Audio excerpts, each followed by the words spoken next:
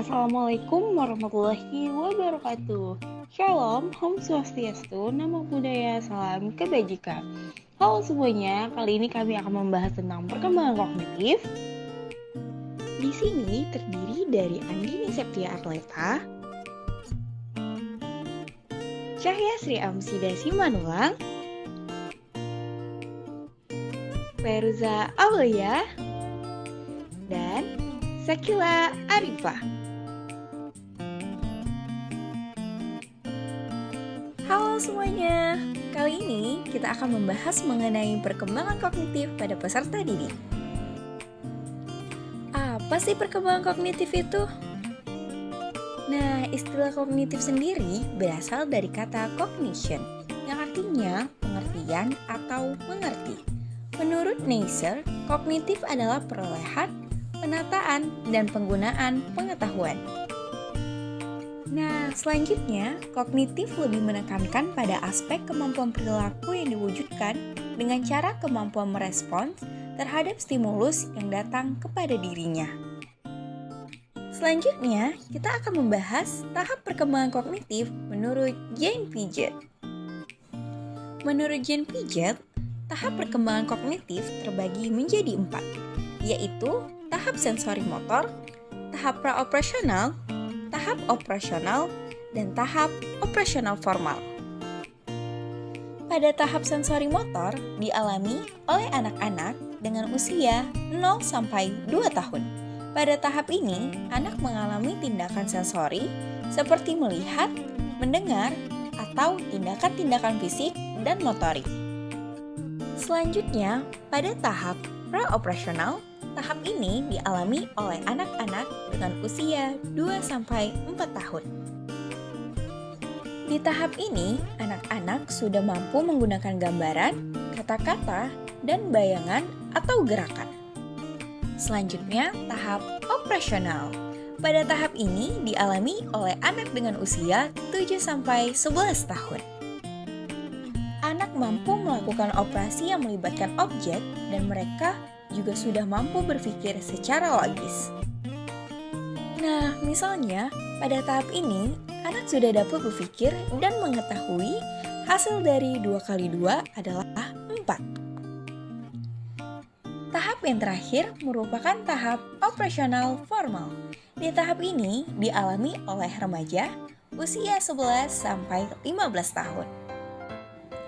Pada tahap ini, remaja mampu berpikir secara sistematis, logis, dan juga konkret.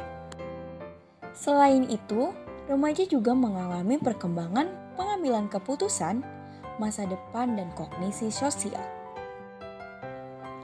Nah, selanjutnya kita akan membahas prinsip-prinsip pada perkembangan kognitif. Apa aja sih yang menjadi prinsip pada perkembangan kognitif? Yang pertama, ada asimilasi. Pada asimilasi ini, anak akan diberikan informasi baru ke dalam informasi yang telah ada di dalam skemata atau ingatan anak.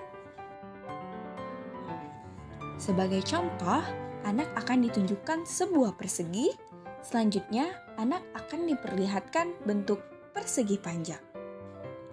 Ketika anak menjawab persegi panjang sama dengan persegi, maka hal ini disebut asimilasi.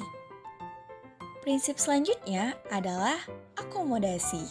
Pada akomodasi ini, anak akan diberikan stimulus baru. Maka, anak tersebut akan mengasimilasikan stimulus baru itu, tetapi tidak dilakukan karena ada skema yang tidak cocok. Sama seperti prinsip asimilasi, pada akomodasi, anak akan diperlihatkan persegi dan juga persegi panjang. Ketika anak menjawab persegi tidak sama dengan persegi panjang, maka hal ini disebut akomodasi.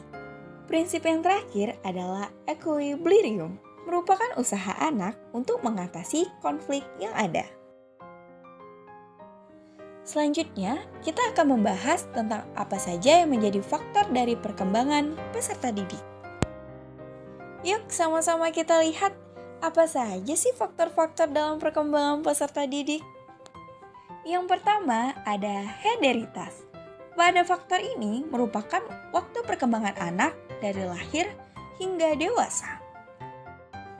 Faktor yang kedua merupakan pengalaman. Pada tahap ini merupakan hal-hal yang pernah terjadi yang disebut sebagai pengalaman fisis dan logika matematis. Faktor yang ketiga adalah transmisi sosial, yang merupakan ajaran terhadap budaya yang dapat mempengaruhi olah pikir dan tingkah anak. Nah, teman-teman, itu tadi merupakan pembahasan dari perkembangan kognitif pada peserta didik. Dan kesimpulan dari materi kita kali ini adalah perkembangan kognitif adalah proses yang terjadi secara internal di dalam pusat susu dan saraf pada waktu manusia sedang berpikir. Sekian dan terima kasih. Sampai jumpa.